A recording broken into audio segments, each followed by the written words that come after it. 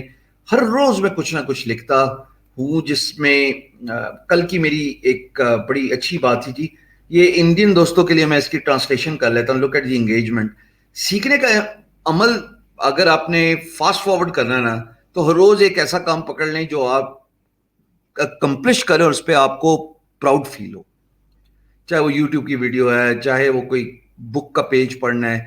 Start increasing your knowledge, اپنے علم کو بڑھاؤ. جب آپ اپنے علم کو بڑھاؤ گے نا تو over a period of time you will find out کہ آپ آٹومیٹکلی بہتری کی طرف جا رہے ہو.